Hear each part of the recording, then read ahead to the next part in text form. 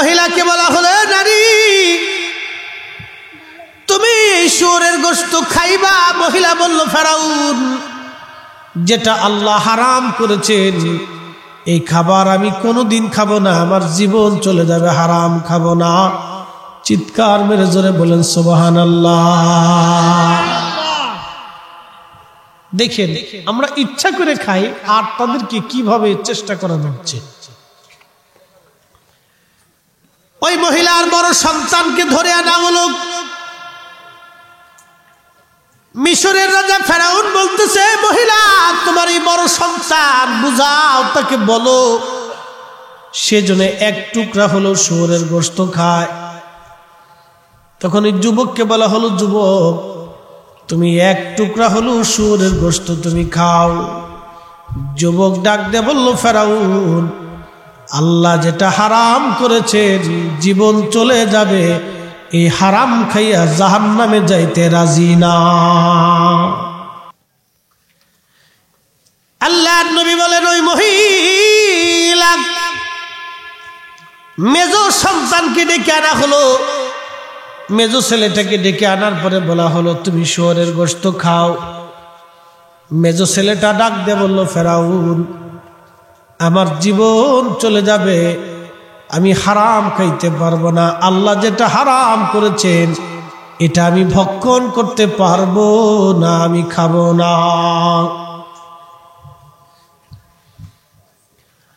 ফেরাউন বলতেছে, সৈন্যরা তেলের কড়াই তোমরা জ্বালাও, তেল জ্বালাও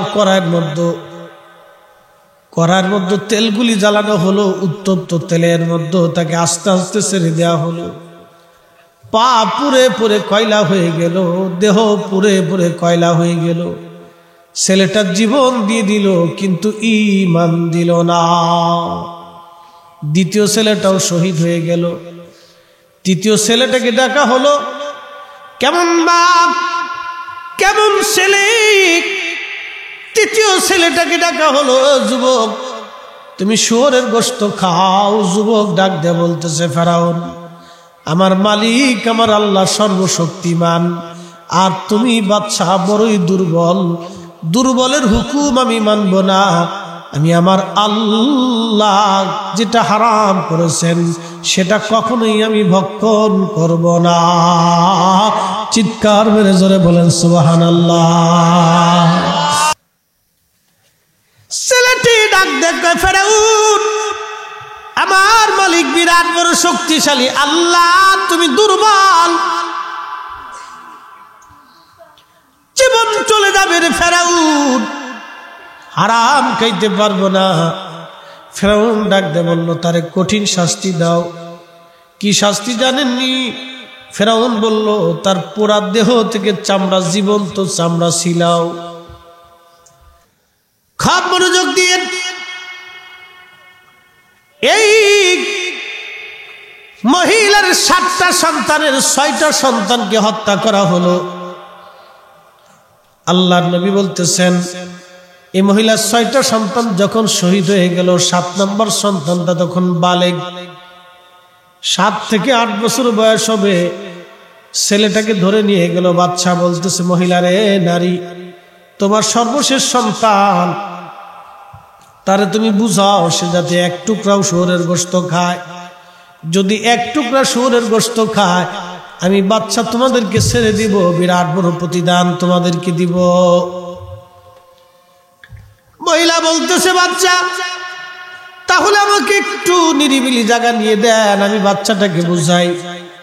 মহিলা তার বাচ্চাটাকে নিয়ে গেল রুমের মধ্যে, নিয়ে বলতেছে, ছেলেরে আমার, তোমার 6টা ভাই শহীদ হয়ে গেছে আল্লাহর রাস্তায়, জীবন দিয়ে দিছে, সাবধান, তুমি কিন্তু হারাম খাবা না, শুয়োরের গোশত খাবা না, তোমার জীবন চলে যাবে, তোমার 6টা ভাই জান্নাতে চলে গেছে।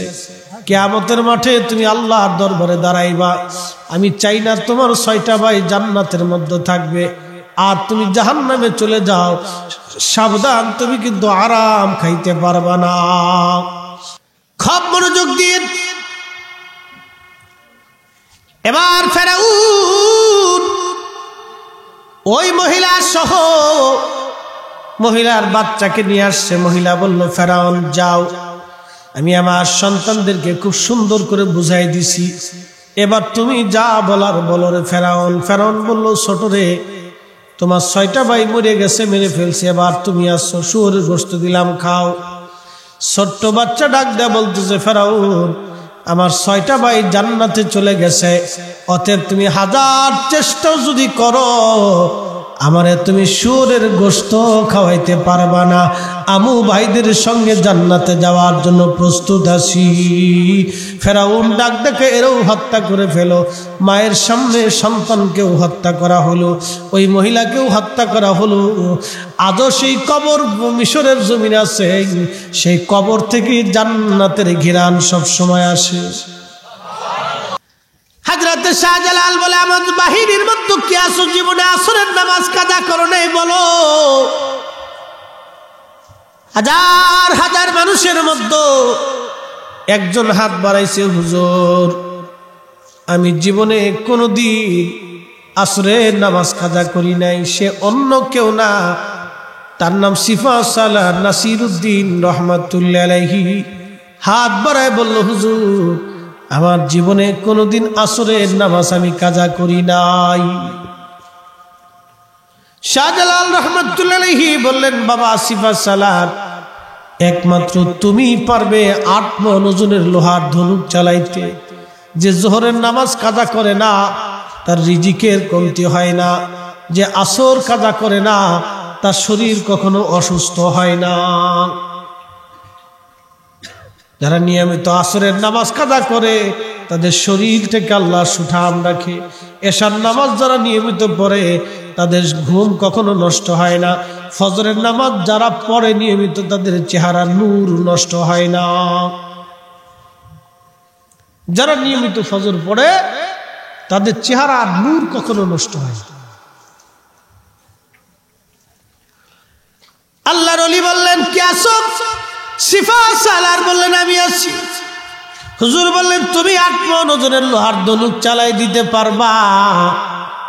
হযরতে সিফা সালারকে পাঠাই দিলেন 8 মণ ওজনের লোহার ধনুক। বিসমিল্লাহি আল্লাহু আকবার বলে টান দিয়ে উঠাইলেন। ডান হাত দিয়ে তীর পড়াইয়া একটা জোরে টান দিয়ে ছেড়ে দিলেন। মাঝখান থেকে 8 মণ ওজনের লোহার ধনুকটা ভেঙ্গে 2টা খণ্ড হয়ে জমিনের মধ্যে পড়ে গেল। একবার জোরে বলা যাবে কি আল্লাহু আকবার? যেই দিন আমরা দুনিয়াতে আসছি গ্রামের মানুষ হাসাহাসি করছে, নানি হাসছে, নানা হাসছে, দাদা হাসছে, দাদি হাসছে, আত্মীয় স্বজনরা খুশি, কিন্তু আমি নিজে কেঁদেছি। সবাই হাসছে, আমি কাঁদছি। দুনিয়াতে আপনি যখন আসছেন সবাই হাসি করছে, কিন্তু আপনি কাঁদছেন। আর দুনিয়া থেকে যখন চলে যাবেন সবাই কাঁদবে, আপনি হাসবেন। এটার নামই জীবন। এইভাবে যারা জীবন গঠন করে তারাই জীবনে ধন্য হয়েছে। এমন জীবন করিও গঠন, হাসিবে তুমি কাঁদিবে ভুবন। এমন জীবন করিও গঠন, হাসিবে তুমি কাঁদিবে ভুবন। আমার গ্রামবাসী, মানুষ হওয়া লাগবে আমাদেরকে, মানুষ। ও মুসলমান, আমাদের এই গ্রামের বহু মানুষ কবরে চলে গেছে। কত মুরব্বীরা ছিল, আজ কেউ নাই। বহু মুরব্বী কবরে চলে গেছে, আর কোনোদিন ফিরে আসে নাই। কত মানুষ চলে যাচ্ছে, আর কোনোদিন ফিরে আসে নাই। আগামী দিন আমরাও চলে যাব, কোনোদিন ফিরে আসার সুযোগ নাই। আগামী দিন আমরাও চলে যাব, আর ফিরে আসার কোনো সুযোগ আমাদের নাই। কত মুরব্বী কবরে চলে গেল, আর আসে নাই। আমরাও চলে যাব, আর আসার কোনো সুযোগ নাই। ওয়ালা ইউআখিরাল্লাহু নাফসান ইযা জাআ আজালুহা। কোরআন বলো, বান্দা তোমার হায়াত যখন শেষ হয়ে যাবে, 1 সেকেন্ড আগেও না পরেও না, 1 সেকেন্ড আগেও না পরেও না, কবরে যদি একবার চলিয়া যাও দুনিয়াতে আর আসার আর কোনো সুযোগ নাই, আসার আর কোনো সুযোগ নাই।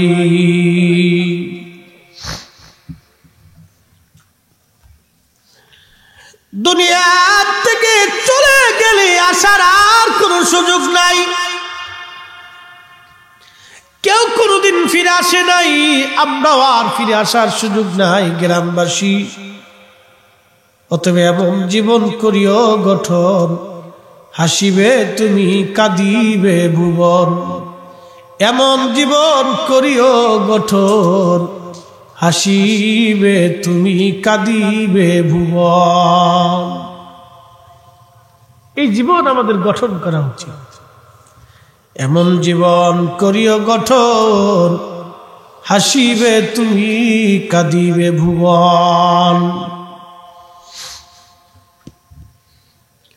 ও নবীর উম্মত, হযরত শাহজালাল আমরি মুজাররিদি রাহমাতুল্লাহ আলাইহি এই ঐশী শক্তি পেয়েছিলেন।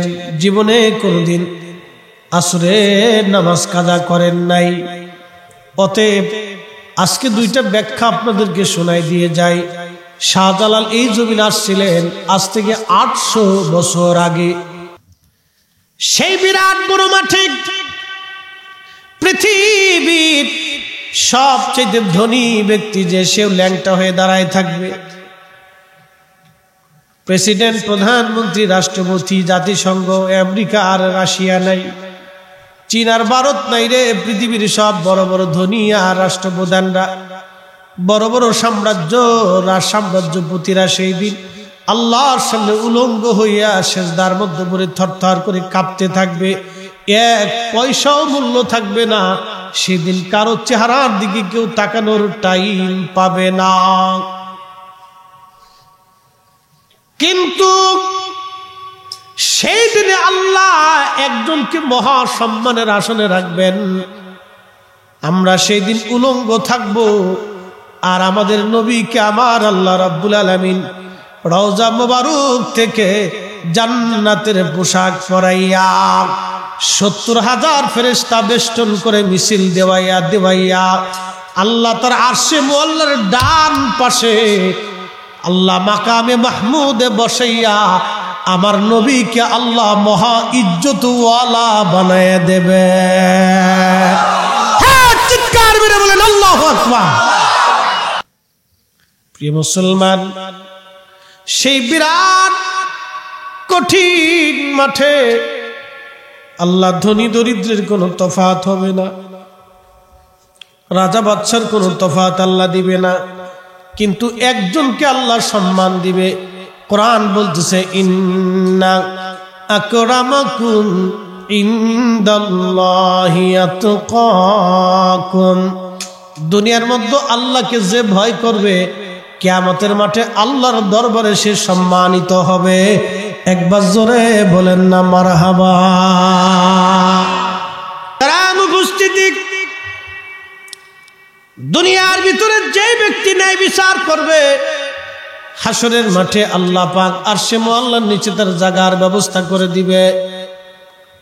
দুনিয়ার ভিতর ওই ব্যক্তি আল্লাহর আরশে মুআল্লার নিচে জায়গা হয়ে যাবে, যার নামাজ পড়ে আসার পরে আবার অন্তরটা মসজিদে ঝুলাই রেখে আসে, মসজিদ থেকে চলে আসার পরে আবার মসজিদে যাওয়ার জন্য পাগল হয়ে যায়, মসজিদ থেকে বের হয়ে আসার পরে আবার মসজিদের জন্য পাগল হয়ে থাকে, কখন আজান দিবে, কখন নামাজ পড়তে যাবে। যার অন্তরটা মসজিদের মধ্যে ঝুলাই রেখে আসে, এই লোকটাকে কিয়ামতের ময়দানে আল্লাহ আরশে মুআল্লার নিচে জায়গা করে দিবে। একবার জোরে বলা যাবে কি সুবহানাল্লাহ। আর ওই ব্যক্তিকে আল্লাহ কিয়ামতের ময়দানে জান্নাতে আরশে মুআল্লার নিচে জায়গা করে দিবে, যে ডান হাত দিয়ে দান করে কিন্তু বাম হাতে জানে না। ডান হাতে দান করে বাম হাতে জানে। কিয়ামতের মাঠে এই লোকটাকে আল্লাহ আরশে মুআল্লার নিচে জায়গা করে দিবে। ওই বান্দাকে আল্লাহ আরশে মুআল্লার নিচে জায়গা করে দিবে। একজন আরেকজনকে যারা আল্লাহর জন্য ভালোবাসে, আল্লাহর জন্য ভালোবাসে, একজন আরেকজনকে যারা আল্লাহর জন্য ভালোবাসে, কিয়ামতের মাঠে আল্লাহ ওই ব্যক্তিকে আরশে মুআল্লার নিচে জায়গা করে দিবে। ওই যুবককে আল্লাহ আরশে মুআল্লার নিচে জায়গা করে দিবে। কোন সুন্দরী রূপসী নারী তাকে জেনা করার জন্য আহ্বান করেছিল, আর ওই যুবক ওই জেনার থেকে মাহরুম হইয়া আল্লাহর ভয়ে নিজেকে নিবৃত রেখেছিল। যেই যুবককে কোন সুন্দরী রূপসী নারী জেনা করার জন্য আহ্বান করেছিল, আর সে জেনার থেকে দূরে সরিয়া আল্লাহর ভয়ে সরে আসছিল, ওই ব্যক্তিকে আমার আল্লাহ আরশে মুআল্লার নিচে জায়গা করে দিবে। একবার জোরে বলেন সুবহানাল্লাহ। আল্লাহ রাসূল বললেন, নেক দিতে দিতে দিতে দিতে নেক আমল শেষ হয়ে যাবে। এরপরে আল্লাহ রাসূল আল্লাহ নবী বলতেছেন, আল্লাহর ফেরেশতারা বলবে, ইয়া রব, তার নেকি শেষ হয়ে গেছে কিন্তু পাওনাদার শেষ হয় নাই। আল্লাহ বলবে, পাওনাদারদের গুনাহগুলি বান্দার আমলনামায় চাপায় দাও। পাওনাদারদের গুনাহগুলি বান্দার আমলনামায় চাপায় দাও। পাওনাদারদের গুনাহগুলি বান্দার আমলনামায় চাপায় দেওয়া হবে। বান্দার আমলনামায় চাপায় দেওয়ার পরে পাওনাদারদের গুনাহগুলি বান্দার আমলনামায় দিতে দিতে দিতে দিতে একবারে পাওনাদারদের গুনার কারণে বান্দার এত পরিমাণে গুনাহ হবে, নেক শূন্য হয়ে গুনার পাহাড় হয়ে যাবে। আল্লাহ পাক ডাক দিয়ে বলবে, ফেরেশতারা, আল্লাহ গুনাহ তো অনেক হয়ে গেছে। আল্লাহ বলবেন, পাওনাদার ওই বান্দাকে জাহান্নামে পাঠিয়ে দাও। নবী বললেন, সাহাবীরা রে, কিয়ামতের ময়দানে কে গরীব হবে জানোনি? সাহাবীরা বলে, আল্লাহু রাসূলু আলাম, আল্লাহ এবং তার নবী ভালো জানে। আল্লাহ রাসূল বলেন, কিয়ামতের মাঠে ওই লোকটাই সবচেয়ে গরীব হবে যে বুড়ি বুড়ি আমল নিয়ে হাসরের ময়দানে উঠলো, কিন্তু পাওনাদারদের পাওনা দিতে দিতে শেষ পর্যন্ত সে গরীব হইয়া নেকি শূন্য হইয়া জাহান্নামে চলে গেল। প্রিয় মুসলমান, খুবই মনোযোগ দিয়ে শুনিয়া যান। আজকের যে মাহফিলের মধ্যে বসছেন, আপনাদেরকে প্রশ্ন করি, জবাব দিবেন, এটা কিসের বাগান? না, জোরে বলেন, একসাথে বলেন, কিসের বাগান? কোন সন্দেহ? কারণ কি? একটা কারণে জান্নাত। নবী করিম সাল্লাল্লাহু আলাইহি ওয়াসাল্লামকে জিজ্ঞেস করা হলো, মা রিয়াজুল জান্নাহ ইয়া রাসূলুল্লাহ, নবী গো, বেহেশতের বাগান কি? আল্লাহ রাসূল বলেন, হিয়া হিলাকু জিকির, যেই মজলিসে আল্লাহ স্মরণ হয়, আল্লাহ জিকির হয়, সেই মজলিস দুনিয়ার আর কোনো সাধারণ জায়গা থাকে না, এটা আল্লাহর বেহেশতের বাগান হয়ে যায়। সুবহানাল্লাহ। অ্যাটেনশন, মিলাদ নিয়ে আমরা দেশে অনেক ঝগড়া, বিরাট বড় খুশাখুশি, ধাক্কাধাক্কি, পড়াপড়ি, গুতাগুতি। মনোযোগ দেন। মিলাদ শরীফ শুরু করার আগে সর্বপ্রথম ইমাম সাহেব হুজুর বা আলেম যিনি থাকেন, তিনি কোরআন শরীফ থেকে তেলাওয়াত করেন। এক হরফে কয় নেকি? জোরে বলতে হবে, এক হরফে কয় নেকি? মিলাদের শুরুতে পড়লেও 10, শেষে পড়লেও 10, ভিতরে পড়লেও 10। আপনি যখনই কোরআন তেলাওয়াত করবেন তখনই প্রত্যেক হরফে 10 নেকি। কথা ঠিক কিনা? তাতে তো কোনো সন্দেহ নাই, না আছে?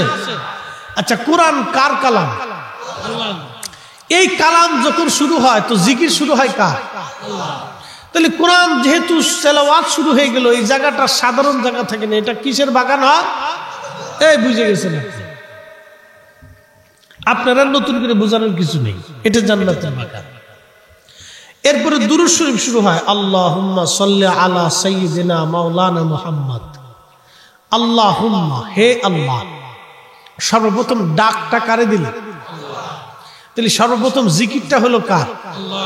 তাহলে আল্লাহর জিকির দিয়ে দুরূদটা শুরু হয়ে গেল। একবার দুরূদে 10টা নেকি, 10টা গুনাহ মাফ, 10টা রহমত বান্দার আমলনামায় জমা হয়ে যায়। সুবহানাল্লাহ। তাহলে এক দুরূদে 10 নেকি, 10 গুনাহ মাফ, 10টা রহমত। তাহলে বোঝা গেল দুরূদ শরীফ যখন শুরু হয় জিকির হয় কার? আল্লাহ। তাহলে এটা কিসের বাগান? মিলাদ শরীফের এই মাহফিলটা কিসের বাগান? বেহেশতের বাগান। এরপরে জিকির শুরু হয়, লা ইলাহা ইল্লাল্লাহ। লা ইলাহা ইল্লাল্লাহ কার জিকির? সহিহুল বুখারীর কিতাবুল আজকার, নবী বলেন, আফদালুজ জিকির লা ইলাহা ইল্লাল্লাহ, সর্বোত্তম জিকির লা ইলাহা ইল্লাল্লাহ। তাহলে কোরআন তেলাওয়াতেও জিকির, দুরুদেও জিকির, জিকিরেও জিকির, 3 ধাপে আমরা নেকি পাচ্ছি। নেকি হইল 3 ধাপে। আমার ভাই নেকি খুঁজলেন না, উনি খুঁজলেন বেদাত। উনি নেকি দেখলেন না, উনি বেদাত দেখলেন। তো বেদাত দেখলেন কারণ কি? পিছনে কারণ আছে। চশমা যদি কালা লাগান তো দুনিয়া কালা দেখা যায়, চশমা যদি রঙিন দেন তো দুনিয়া রঙিন দেখান। চশমা লাগাইছেন বেদাতের চশমা, এই জন্য দুনিয়া বেদাত দেখা যায়। যদি এশকে রসুলের চশমা লাগাইতেন তাহলে মিলাদ শরীফে আর বেদাত খুঁজে পাইতেন না, এশকে রসুল খুঁজে পাইতেন। কি কথা কন, ঠিক কিনা? সমস্যা হলে একজন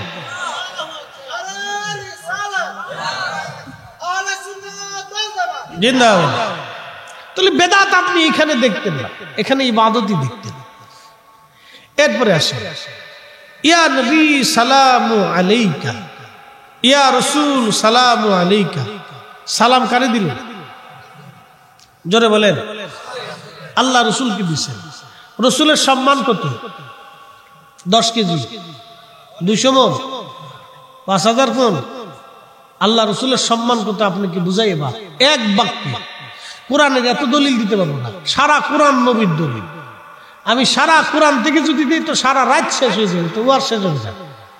এক বাক্যে এক কথাই দিই, সমগ্র নবী, সমগ্র রসুল, সমগ্র ফেরেশতা, সমগ্র মানব, সমগ্র জিন, সমগ্র সৃষ্টি এক পাল্লায়, আমাদের নবী আর এক পাল্লায়।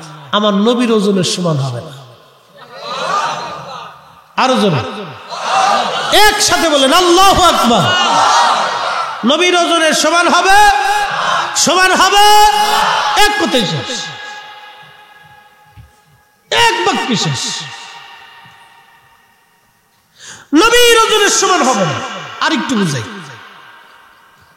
হাসরের মাঠ কায়েম হয়েছে। হাসরের মাঠ মানে বাংলাদেশের সমান,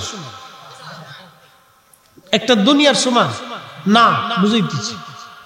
তামাম ফেরেশতা যেই মাঠে একত্রিত হবে, তামাম জিন যেই মাঠে একত্রিত হবে, তামাম মানব জাতি যেই মাঠে একত্রিত হবে, তামাম মখলুক যেই মাঠে একত্রিত হবে, গরু, ছাগল, হাঁস, মুরগি, ভেড়া, বকরি সব ওই মাঠে জমা হবে। বলে হুজুর গরু ছাগল দিয়ে আল্লাহ কি করবে? গরু ছাগলেরও কিয়ামতের মাঠে বিচার হবে। ভাবতেছেন চেয়ারম্যান সাহেবের হবে না, ফরিদি সাহেব বক্তা তার হবে না, ও নেভার কখনই না, সারাসারি নেই। গরু ছাগলের হবে। আমরা দক্ষিণ পাড়ার গরু, আমরা গ্রামে দক্ষিণ পাড়ার গরু উত্তর পাড়ার গরুর গুতাইছি। কিয়ামতের ময়দানে আল্লাহ কবে, আল্লাহ আমি কুশাগোপালপুর গ্রামের দক্ষিণ পাড়ার গরু আমার উত্তর পাড়ার গরু গুতাইছিল, আল্লাহ আমি বিচার চাই। আল্লাহ ডাক দিয়ে বলবো, আরে গরু তুই গুতাইছিলি? বলে হ্যাঁ আল্লাহ গুতাইছিলাম। বলে তোরে যেইভাবে গুতা দিছিল তুই ওইভাবে আজকে গুতাই দে। সুবহানাল্লাহ কইলেন না? তোরে যেইভাবে গুতাইছিল তুই সেইভাবে গুতাই দে। সেই দিন কিয়ামতের মাঠে গরু এক গরুর আর এক গরুর গুতাবে, এক ছাগল আর এক ছাগল গুতা দিবে, এক কুত্তা আর এক কুত্তার ওইভাবে কামড়াবে। দক্ষিণ পাড়ার কুত্তা উত্তর পাড়ার কুত্তারে কামড়াইছিল, ওইভাবে কামড়াই দিবে।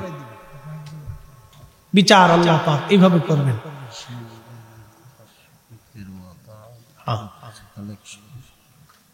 এই আল্লাহ রাব্বুল আলামিন কিয়ামতের মাঠে বিচার করবে।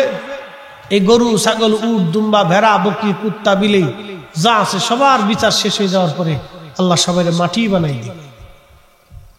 তখন বেঈমান, মুনাফিক, অপদার্থ, পাপিষ্ঠরা গোশতের মধ্যে কামড়ায় কামড়ায় টেনে টেনে ছিঁড়ে ফেলবে আর বলবো, হায় আফসোস, আমরা মানুষ না হয়ে যদি কুত্তা বিলাই হইতাম তাহলে আজকে মাটির সাথে মিশে যাইতাম। হায় কেন মানুষ হইলাম, কেন মানুষ হইলাম, কেনই বা আল্লাহকে অস্বীকার করলাম, কেনই বা আল্লাহর আইন মানলাম না, কেন নবীর তরিকা মানলাম না, কেন দিন মাইনে আসলাম না, কেন অন্যায় করছিলাম, কেন জুলুম করছিলাম, কেন মানুষের হক নষ্ট করছিলাম। সেদিন আফসোস করে করে গোশতগুলি কামড়ায় কামড়ায় টেনে টেনে টেনে টেনে ছিঁড়ে ফেলবে আর বলবে, হা মানুষ না হয়ে যদি কুত্তা বিলি হইতাম। সেই দিন আল্লাহ হাসরের মধ্যে সব দ্বারা করাবে। তাহলে মাঠটা কত বড় হবে, কি কঠিন জটিল শাস্তি একটু চিন্তা করুন। একটা মানুষের জীবন্ত তার চামড়া সিলি ফেলে দেওয়া হবে। সর্বপ্রথম তার মুখের চামড়া উঠানো হবে, ছুরি দিয়ে কেটে কেটে কেটে কেটে গরুর চামড়া যেভাবে উঠানো হয় ওইভাবে ছুরি দিয়ে সুলে সুলে সুলে সুলে তার সমস্ত শরীরের চামড়া উঠিয়ে ফেলে দেওয়া হবে। সে জীবন দিল কিন্তু হারাম খাইল না, একসাথে বলবেন আল্লাহু আকবার। ইন্নামাল মুমিনুনা আল্লাযীনা ইযা যুকিরাল্লাহু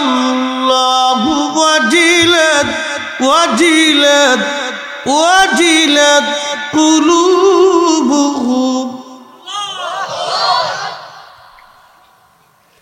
মুমিন তো তারাই যাদের অন্তরে আল্লাহর স্মরণ আসার সাথে সাথে অন্তরগুলি আল্লাহর ভয়ে থরথর করে কাঁপতে থাকে। মুমিন তো তারাই যাদের অন্তরে আল্লাহর স্মরণ আসার সাথে সাথে অন্তরগুলি আল্লাহর ভয়ে থরথর থরথর করে কাঁপতে থাকে। আবু বকর সিদ্দিক রাদিয়াল্লাহু আনহু গোলাম খাবার নিয়ে আসছে, মনিব খান। তো গোলাম খাবার আনার পরে উনি খাবার খেয়ে ফেললেন। খুব ক্ষুধা লাগছিল। খাবার পরে বলতেছে, গোলাম রে, খাবার কোথার থেকে আনছে? বলে, আমি এক গণকের কাছে পাইতাম, গণকের কাছ থেকে খাবার আনছি। গণক বুঝছেন, যেন হাত দেখে ভাগ্য গুনে দেয়, এল হারাম। যে গণক বিশ্বাস করবে সে জাহান্নামে চলে যাবে। ভাগ্যের মালিক কে বলেন তো? না না, একসাথে বলেন, কে? কে?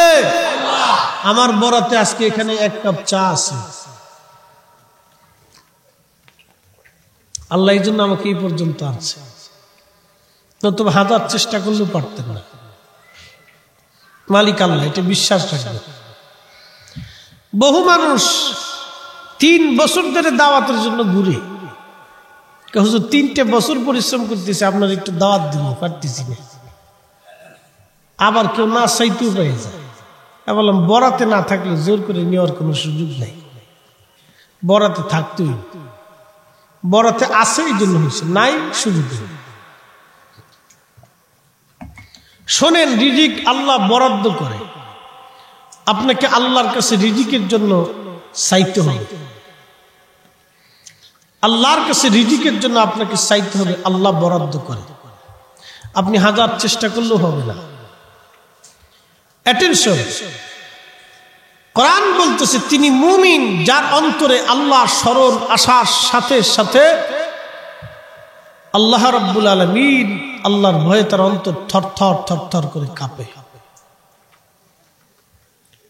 বান্দার রিজিক বাড়ে কিসে জানেন? দানে, সদকায়। আল্লাহ বান্দার রিজিককে বাড়ায় দেয়। তো মহিলার ছেলেটার চামড়াকে সিলাইয়া সিলাইয়া সিলাইয়া সিলাইয়া পরিষ্কার করে তাকে হত্যা করা হলো। 3 ভাই জীবন দিল, কিন্তু ঈমান দেয়নি। এইভাবে তার 6টা সন্তানকে হত্যা করা হলো। মহিলা তখন অটল ভাবে দাঁড়িয়ে আছে, একটু চোখের পানিও তার পরে নাই। একসাথে বলবেন আল্লাহু আকবার। সেই দিন ফিলিস্তিনের এক বাপকে দেখলাম মিষ্টি খাওয়াচ্ছে। বলে, মিষ্টি খাওয়ান কেন? বলে, আমার সব কয়টা সন্তান শহীদ হয়ে গেছে, একটা সন্তান বাঁচা আছে। আমি ওই খুশিতে মিষ্টি খাওয়াচ্ছি যে আমার প্রত্যেকটা সন্তান জান্নাতে চলে গেছে। না না, হয় না, আরো জোরে বলে। এদের ঈমান কি দেখেন তো। পৃথিবীর সবচেয়ে সেরা শক্তি ইসরায়েল, তার সাথে আছে আমেরিকা, পশ্চিমা, সব মিলিয়ে একটা ছোট্ট শহর। 41 কিলোমিটার ব্যাপী একটা শহর। 41 কিলোমিটার একটা সৈন্য দৌড় দিলে 25 কিলোমিটার পর্যন্ত দৌড়াইতে পারে। একটা সেনা সদস্য সে যদি দৌড়ায় তো 25 কিলোমিটার পর্যন্ত একটা দৌড়ে সে যাইতে পারে। এ পর্যন্ত তাকে ট্রেনিং দেওয়া হয়। এক দৌড়ে 25, পরের দৌড়ে 25, 50 কিলো রাস্তা সে 2 দৌড়ে পার হইতে পারে। এই ছোট্ট একটা গাজা শহর দখল করতে তাদের 30 দিন সময় লাগতেছে, তারপরেও তারা পারতেছে না। তার মানে কি? মুসলমানদের বিজয় কিন্তু শক্তির জোরে হয় নাই, মুসলমানদের বিজয় হয়েছে ইমানের জোরে। কথা কোন ঠিক কিনা? ইমানের জোরে মুসলমান বিজয় হয়েছে, শক্তির জোরে হয় না। শাহজালাল রহমতুল্লাহ আলাইহির কাছে গোরগোবিন্দ চিঠি পাঠাইছে, ও শাহজালাল, তোমার সৈন্যদের ভিতরে কোন সৈন্য কি আছে আমার 8 মণ ওজনের লোহার ধনুক চালাই দিবা? চালাইতে পারলে সারেন্ডার করব, আর যদি চালাইতে না পারো তো তোমরা সারেন্ডার করে দেশ ছেড়ে চলে যাবা। তো আল্লাহর ওলি বুঝতে পারলেন এটা একটা কৌশল। আর 8 ওজনের লোহার ধনুক কোনো মানুষের পক্ষে পেশি শক্তি দিয়ে চালানো সম্ভব না। এটা 8 মণ তো একজন উঁচাই করতে পারবে না, চালানো তো করেন কথা, এটা তো উঁচা করতেই। তো 8 ওজনের লোহার ধনুকটা চালানোর জন্য পেশি শক্তি দিয়ে তো সম্ভব না, তো কি করে সম্ভব? শাহজালাল রহমতুল্লাহ আলাইহি সবাই ডাক দিচ্ছে,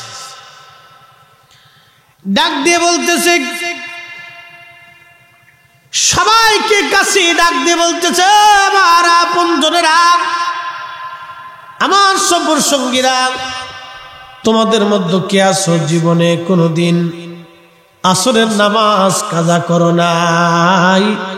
জোরে বলেন না মারহাবা। আল্লাহুম্মা সাল্লি আলা। আরে পরে আনতেন না, একটু বিশ্রাম দিতে, চাটা খায় আনেন, কষ্ট হইব, বৃষ্টি পড়তেছে কেন? হ্যাঁ না, আমারই তো ছাতি ধরে রাখছে।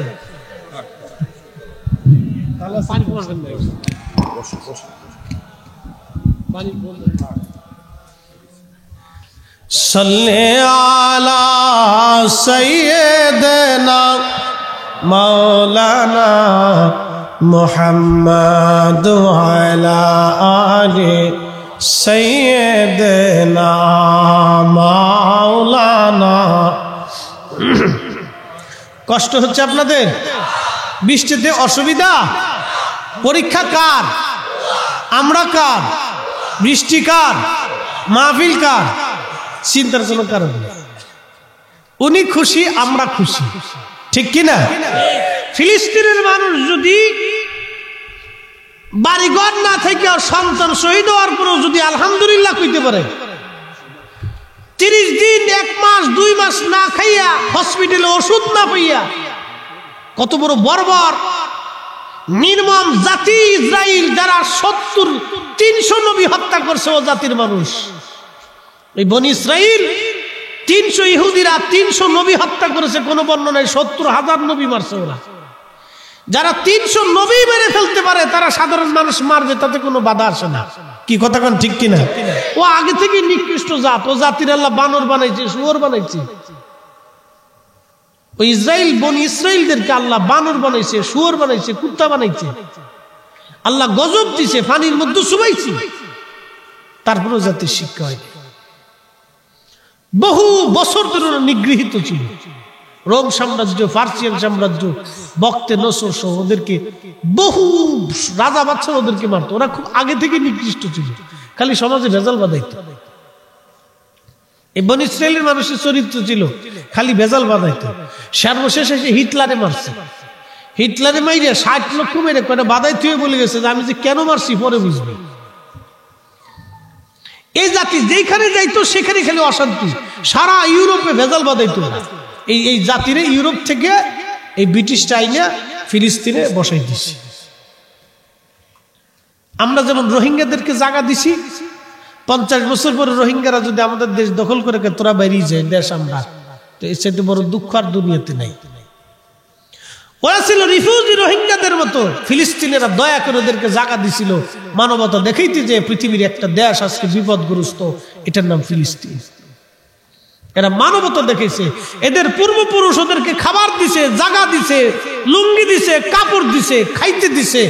তাদের সন্তানরা এসে তাদের সন্তানদের গুলি করে মারতেছে। মোহতারাম উপস্থিতি, এটা হলো উপকারের প্রতিদান আর কি। তো জাতি আগে থেকে নিকৃষ্ট। وَإِذَا تُلِيَتْ عَلَيْهِمْ آيَاتُهُ زَادَتْهُمْ إِيمَانًا।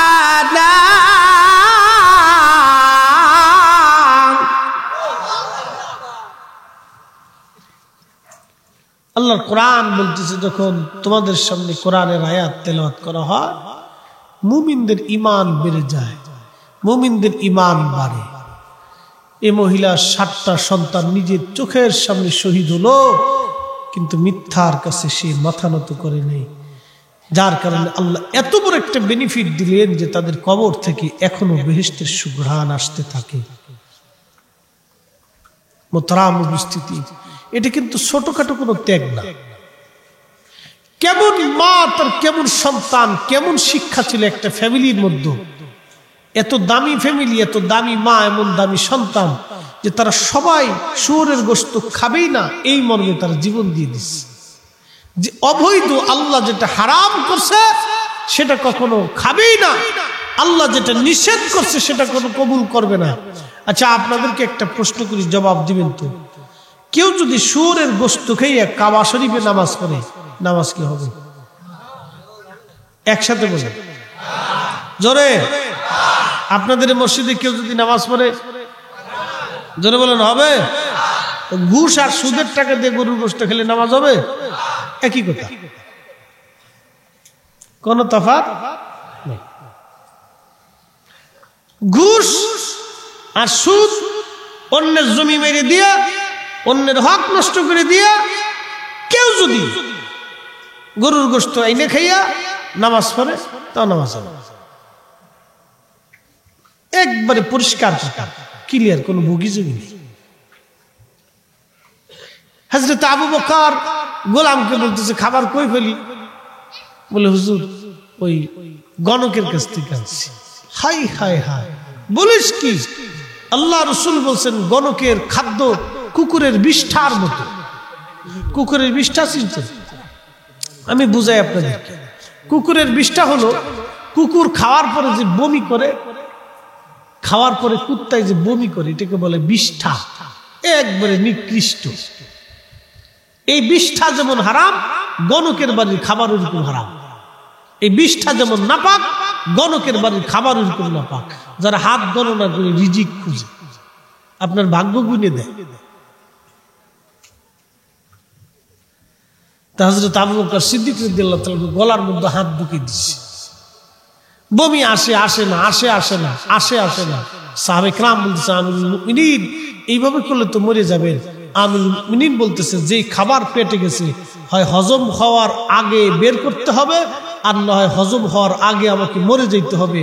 ওই খাবার রক্তের সাথে যদি মিশে যায়, যাওয়ার আগেই আমাকে বের করে ফেলতে হবে, আর না হয় আমাকে মরে যেতে হবে। হয় মরবো, না হয় খাবার বের করবো। শেষ পর্যন্ত বমি করে সব খাবার বের করে দিলেন। হযরত আবু বকরকে আল্লাহ আমাকে বাঁচাই দিছে, আমার জীবনে সব শেষ হয়ে যেত।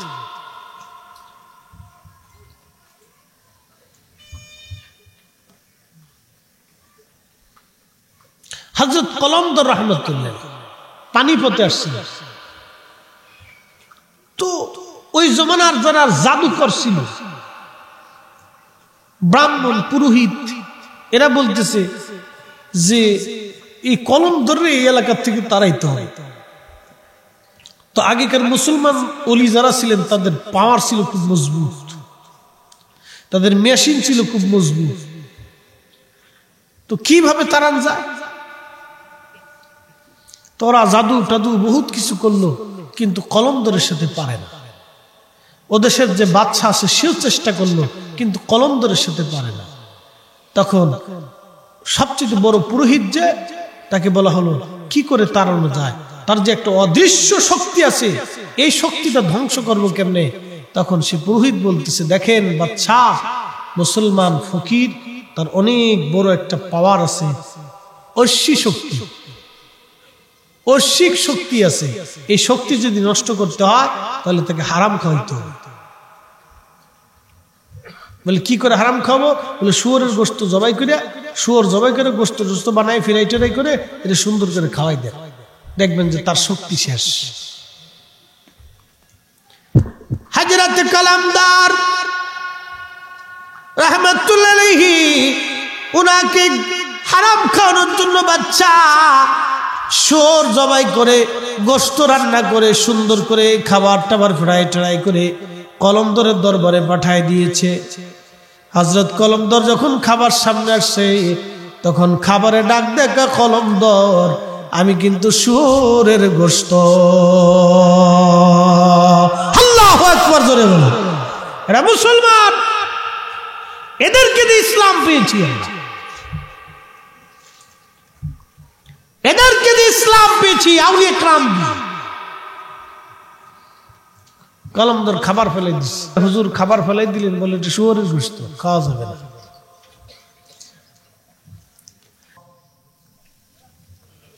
বুঝতে পারছেন বিপদ আছে। এই জন্য যারা কেউ যদি দোকানদারে ঠগায়, ও নিজে ঠকে, দোকানদার ঠকে দেয়। দোকানদার যদি কাস্টমার ঠকায়, তো কাস্টমার ঠকে নেই, দোকানদার নিজে ঠকছে। আপনাদেরকে আমি পরামর্শ দিচ্ছি, আবার বলি, নসিহত করার মতো যোগ্যতা আপনাদের সামনে আমার নাই, কারণ আমি আপনাদের সন্তান। পরামর্শ দিয়ে যাচ্ছি, আপনি যদি কারো ক্ষতির চিন্তা করেন তো আপনার নিজের ক্ষতি হবে। সাময়িক সেই তো কষ্ট পাবে, কিন্তু ক্ষতিটা আপনার হবে, আপনার জন্য হবে, আমার জন্য হবে। আমি যদি কোনো ব্যক্তির ক্ষতির চিন্তা করি, এই ক্ষতিটা আমার হবে, উনার হবে না, উনি বেঁচে যাবে। আজকে এখানে চেয়ারম্যান সাহেব আমাদের মাঝে উপস্থিত আছেন, মনোযোগ দেন। কেউ যদি রাষ্ট্রীয় মামলায় ম্যাজিস্ট্রেট কোর্টে হারে, তো জজ কোর্ট আছে, ওখানে হারলে হাইকোর্ট আছে, সেখানে হারলে সুপ্রিম কোর্ট আছে। কিন্তু বলেন তো, আল্লাহর আদালতে কেউ হারলে দ্বিতীয় আর কোন আদালত আছে? একসাথে বলেন আছে? নাই। এই জন্য মিলে মিশে থাকার চেষ্টা করি। আপনাদের প্রতি আমার এই অনুরোধ, আমরা যেন মিলে মিশে থাকি, মিলে মিশে বসবাস করি, একসাথে ঘুমাই, একসাথে থাকি, একজনের আপদে বিপদে মুসিবতে আরেকজন পাশে দাঁড়াইতে পারি। যদি আমরা এরকম করতে পারি, তাহলে আমরা সাকসেস হতে। আসেন আশেপাশে নিয়ে আসেন। আমরা যদি মিলেমিশে থাকতে পারি, তাহলে আমরা সাকসেস হব। মানুষ হইয়া ভবেতে আসিয়া মানুষের করিলাম কি? মানুষ হইয়া ভবেতে আসিয়া মানুষের করিলাম কি? এই জন্য গ্রামের মানুষ আমরা যারা আছি, সবাই মিলেমিশে থাকবো। আল্লাহ সকলকে তৌফিক দিক, সকলে বলে না আমিন। কেউ কারো ক্ষতির চিন্তা যেন আমাদের মগজে কখনোই না আসে, এই কথাটা মনে রাখবেন। আমরা আমাদের মগজে কখনো যেন কারো ক্ষতির চিন্তা না আসে। উপকার যদি করতে না পারেন, চুপ থাকবে, কিন্তু ক্ষতির চিন্তা করবেন। আমরা পিছিয়ে পড়ে যাব যদি আমরা আরেকজনকে উপকার না করি, তাহলে আমরা পিছিয়ে যাব। আমরা আরেকজনের ক্ষতির চিন্তা করলে আমরা পিছিয়ে যাব। আমরা সবাই চিন্তা করব আমরা একজন আরেকজনকে সহযোগিতা করব। আমি সুনামগঞ্জে গেছিলাম এক গ্রামে, বহুদিন আগে, এক মাদ্রাসার মাহফিল। যাওয়ার পর প্রত্যেক গ্রামে, প্রত্যেক বাড়িতে বাড়িতে বিল্ডিং। তা আমি জিজ্ঞেস করলাম, ভাইরে, হাওরের ভিতরে প্রত্যেক বাড়িতে বিল্ডিং কারণ কি? বলে, সাব আমরা এলাকার সব মানুষ লন্ডনী। এখানে আঞ্চলিক ভাষা, সব আমরা এলাকার সব মানুষ লন্ডনী, প্রত্যেক বাড়িতে এক একজন করে লন্ডনী। তা বললাম, এক একজন করে লন্ডনী প্রত্যেক বাড়ি থেকে, লন্ডন কিভাবে গেল? বলে, পাকিস্তান পিরিয়ডে আমাদের গ্রামের একজন লোক লন্ডনে গেছিল, সে সবাইকে লন্ডনে নিয়ে যাওয়ার ব্যবস্থা করছে। এই জন্য প্রত্যেক ফ্যামিলি থেকে সে একজন করে লন্ডন নিচ্ছে। মারহাবা বলবেন না?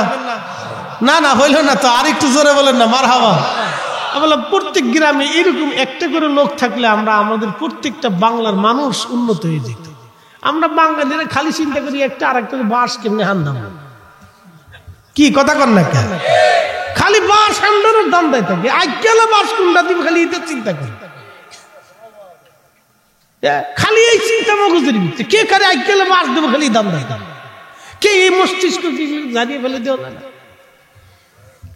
এগুলি থেকে কি নিজের পবিত্র করা যায় না? রসুলের উম্মত কি এরকম হবে? রসুলের উম্মতের চিন্তা চেতনা থাকবে একবারে ফ্রেশ মাইন্ড, পরিষ্কার মনে, কোন অন্তরের কলুষতা থাকবে, পরিষ্কার মনে থাকবে। উম্মতের চিন্তা থাকবে, আমার দিয়ে যেন কোনো মানুষের ক্ষতি না হয়, উপকার যদি করতে না পারি যাতে ক্ষতি না হয়। এই হলো আমাদের চিন্তা থাকা উচিত। যদি আমরা সবাই এই চিন্তা হইতে পারি, তাহলে আমরা কিছুটা হলো সাকসেস হইতে পারি। আমরা আরেকজনের বিপদে সাহায্য করব, আরেকজনের মুসিবতে আমরা তাকে হেল্প করব, বুদ্ধি দিয়ে হোক, পরামর্শ দিয়ে হোক, অর্থ দিয়ে হোক, যেভাবে হোক আমরা চেষ্টা করব যে আরেকজনের মুসিবতে যাকে আমরা সাহায্য করতে পারি। এই মানসিকতা আমাদের দরকার। উত্তম মনের অধিকারী হইতে হবে। আমার দিকে তাকান, আমরা যাদেরকে ল্যাংটা দেখি, ল্যাংটা, ইউরোপ, অস্ট্রেলিয়া, এরপরে চাইনিজ, জাপানিজ, ওদেরকে ল্যাংটা দেখি না, ওদের মেয়েরাও ল্যাংটা থাকে, মানে হাফ প্যান্ট করে রাস্তাতে ঘুরে। ওরা এগুলোর কিছু মনে করে না। ওদের বিয়ে থা হওয়ার আগে অনেকের বাচ্চা কাচ্চা হয়, তাও কিছু মনে করে না, ডোন্ট মাইন্ড। অনেকের পিতৃর বাবার পরিচয় নেই, এই জন্য খ্রিস্টানরা দেখবেন তাদের বাবার পরিচয় বড় হয় না, এটা মার পরিচয় বড় হয়। বুঝতে পারছেন? কিন্তু দেখেন তো, আপনি একটু ভালো করে দেখেন, সারা পৃথিবীতে ইসরায়েলের সাথে মাত্র 3টা দেশ সম্পর্ক ছিন্ন করছে, যা মুসলিম বিশ্ব পারে নাই। কোনটা? একটা বলিভিয়া, আর একটা কলম্বো, আর একটা কোন দেশ যেন আছে মনে পড়তেছে না। তিনটাই খ্রিস্টান দেশ। ইসরায়েলের সাথে সম্পর্ক ছিন্ন করছে যে তারা এইভাবে মানুষ মারতেছে, তাদের সাথে আমাদের কোনো সম্পর্ক নাই।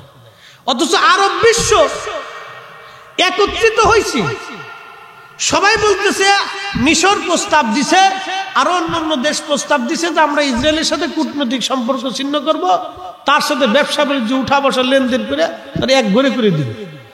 দুবাই আর কোন কোন দেশের রাজা, 3 দেশের রাজা বলছে না, আমরা তা পারবো না। মানে তার মানে বুঝলো 3 দেশের রাজারাই 3টাই হলো ইহুদির দালাল। কি কথা কর না, 3টাই শয়তান। এই 3 শয়তানের জন্য আরব বিশ্ব এক হইতে পারল না। বুঝতে পারছেন? এলো মুসলমান, এ হলো মুসলমান। তা আমরা তো আসলেই ওইভাবে গড়ে উঠতে পারি। তো আপনাদেরকে অনুরোধ করব, আমরা ওই মস্তিষ্কের হইতে হবে, ওই চিন্তা চেতনার হতে হবে, যাতে আমরা ভালো হইতে পারি।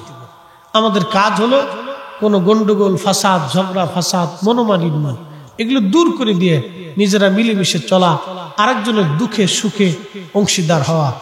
এই কবি কত সুন্দর লিখেছেন, আমাদের ছোট গ্রাম মায়ের সমান, আলো দিয়ে বায়ু দিয়ে বাঁচাইছে প্রাণ, মাঠ ভরা ধান তার জল ভরা দিঘি, চাঁদের কিরণ লেগে করে ঝিকিমিকি, আম গাছ জাম গাছ বাঁশ যার যেন মিলেমিশে আসে ওরা আত্মীয় হলো, সকালে সোনার রবি পূর্ব দিকে উঠে, পাখিটাকে বায়ু বয়ে নানা ফুল ফুটে।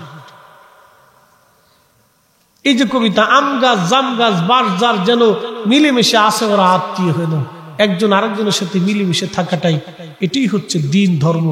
বন্ধু, কিয়ামতের মাঠে আল্লাহর আদালতে দাঁড়াইতে হবে, বান্দার নামাজের হিসাব চাবে, আল্লাহ ইচ্ছা করলে মাফ করে দিবে, কিন্তু বান্দার হক নষ্ট করে গেলে আল্লাহ কিয়ামতের ময়দানে বান্দা ক্ষমা না করা পর্যন্ত আল্লাহ ক্ষমা করবে না। শেষের হাদিসের অংশটা বলে দোয়ার দিকে চলে যাব।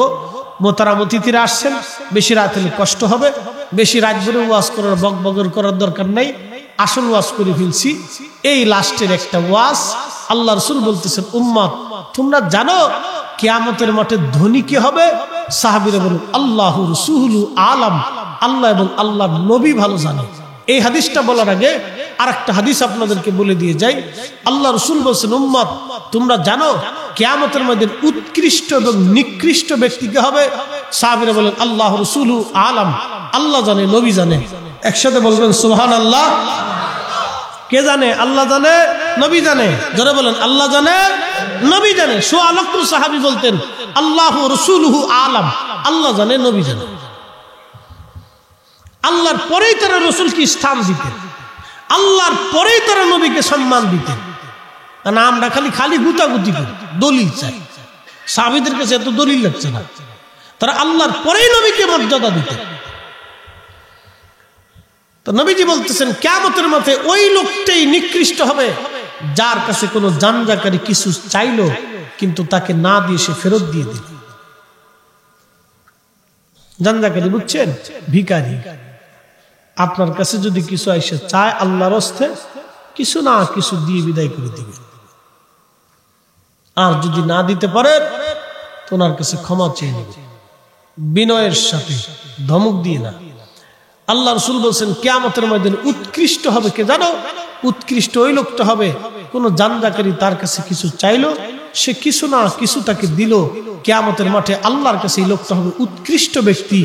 একসাথে জোরে বলা যাবে সুবহানাল্লাহ। উৎকৃষ্ট ব্যক্তি হবে এই ব্যক্তি। আল্লাহ নবী বললেন, সাহাবীরা মেহেশ্বরের মাঠে ধনীকে জানুনি? সাহাবীরা বললেন ইয়া রাসূলুল্লাহ, আল্লাহর রাসূল আলাম। নবী বললেন শোনো, এক ব্যক্তি কিয়ামতের ময়দানে উঠবে, কিন্তু হাসরের ময়দানে ওঠার পরে দেখবে বিরাট বড় বড় পাহাড় পরিমাণে তার আমল জমা হয়ে গেছেন। তখন ওই লোকটা বলবে ইয়া রব, এত আমল তো আমি করি নাই, আল্লাহ এত আমল কোথায় পাইলাম? আল্লাহ ডাক দিবে বান্দারে, তোমার ইন্তেকালের পরে আও ওয়ালাদিন সলিহিন ইয়াদউ লাহু, তোমার নেক সন্তানরা তোমার জন্য দোয়া করছিল, দোয়া কোরআন খতম দিয়ে দোয়া করছিল, কালেমা খতম দিয়ে দোয়া করছিল, মিলাদ শরীফ পড়াইয়া উলামায়ে কেরাম দাওয়াত করে এনে তোমার জন্য দোয়া করিয়েছিল, তোমার কবরের পাশে দাঁড়ায় দাঁড়ায় দোয়া করছিল, তোমার নামাজের পরে পরে তোমার সন্তানরা তোমার জন্য দোয়া করছিল। এই তুমি দোয়াগুলি আমি আল্লাহ খুশি মনে উহুদ পরিমাণ পাহাড় পরিমাণে বাড়াইয়া আজকে আমি তোমার এই দোয়াগুলি আমি আল্লাহ তোমারে দিয়ে দিলাম। বান্দা যাও, তুমি তো এত নেকি করো নাই, কিন্তু তোমার আপনজন তোমার দোয়ার কারণে আমি আল্লাহ তোমারে পাহাড় পরিমাণ নেকি বাড়াইয়া আজকে তোমারে জান্নাতি বানায় দিলাম। তাহলে বলেন দোয়া চলবে? না না, আসতে হয়ে গেল না, জোরে বলেন দোয়া চলবে। কারো ফতোয়ায় দোয়া বন্ধ করা যাবে না, কখনোই না। এক বাক্যে বলে গেলাম, গ্রামে আসি আর না আসি, কারো ফতোয়ায় দোয়া বন্ধ হবে না। দোয়া চালাইতেই হবে। কোরআন শরীফ খতম দিয়ে পড়েন, কালেমা খতম দিয়ে পড়েন, উলামায়ে কেরাম দাওয়াত করে পড়েন, গ্রামের মানুষ দাওয়াত করে পড়েন, দোয়া চালাইতে হবে, দোয়া বন্ধ হবে। শয়তান চায় দোয়া বন্ধ হয়ে যাক, আল্লাহ রসুল চাইতেন দোয়া চালু থাকুক। খাদিম রসুল হযরত আনাস রাদিয়াল্লাহু আনহু আদত ছিল প্রত্যেক ফজরের নামাজের আগে, তাহাজ্জুদের আগে তিনি কোরআন খতম শেষ করতেন, 1-2 পারা বাকি রাখতেন। ফজরের নামাজের পরে ওনার 100 সন্তান ছিল। একসাথে বলবেন না সুবহানাল্লাহ? এরকম বেটা দেশে আছে? সারা দুনিয়াতে খুঁজে পাবেন না। 100 সন্তান, তো চিন্তা করেন কি পরিমাণে বরকত দিছে আল্লাহ বেটারে। 100 সন্তান, এক দোয়াই হয়েছিল। নবীজির কাছে যা বলতেছি ইয়া রাসূলুল্লাহ, আমি গরিব মানুষ, আমার জন্য দোয়া করে দেন। বলে কি দোয়া লাগবে? বলে আল্লাহ আমার এই সন্তান সন্ততি আর ধনে জনে জনে আল্লাহ বরকত দিয়ে দেয়। আল্লাহ রাসূল বলতেছে আল্লাহ আমার খাদিম সাহেবকে তুমি বরকত দিয়ে দাও, একবারে সন্তান সন্ততি ধনে সম্পদে বরকত দিয়ে দাও। সবার ছাগল হইতে একটা, হেতার ছাগল হইতে 2টা, সবার উট হইতে একটা, হেতার উট হইতে 2টা, সবার গরুর বাচ্চা একটা, হেতার গরুর বাচ্চা হইতে 2টা, সবার খেজুর বাগানে 1 বছরে 1 বার, ওনার খেজুর বাগানে 1 বছরে 2 বার। হাইব্রিড ফেল হয়ে গেল। একসাথে বলবেন না সুবহানাল্লাহ? আর সন্তান সন্ততি হইতে হইতে 100টা পোলা বানিয়েছে। 100 এরকম বেড়া দুনিয়াতে নাই। রসুলের দুয়ার পাওয়ার কত, এত সব পোলাপানকে জায়গা এক জায়গায় করতে ফজরের নামাজের পরে 100 সন্তানে এক জায়গায় করে বউটো নিয়ে এরপরে দোয়া করতেন কোরআন শরীফ খতম দিয়ে, আর বলতেন শুনছ আমার সন্তানরা, আমার মাসুক আমার রসুলের জবান থেকে শুনছি নবী বলতেন কোরআন খতম দেওয়ার পরে যে দোয়া হয় এই দোয়া কবুল হয়ে যায়। কোন খতম? আগে মানুষ মরে গেলে কোরআন খতম দিয়ে দোয়া হইতো, বেদাতের ফতোয়া দিয়ে বন্ধ করে দিয়েছে। কে বলছে বেদাত? বেশি করে চালাইতে হবে। কোরআন খতমের পরে দোয়া চলবে। কি কথা বলেন, ঠিক কিনা? কোরআন খতম দেওয়ার পরে যে দোয়া হয় দোয়া কবুল হয়। বেদাত বেদাত করে চিক্কের পেরে পেরে সমাজটাকে নষ্ট করে দিচ্ছে, বিশৃঙ্খলা করে দিচ্ছে।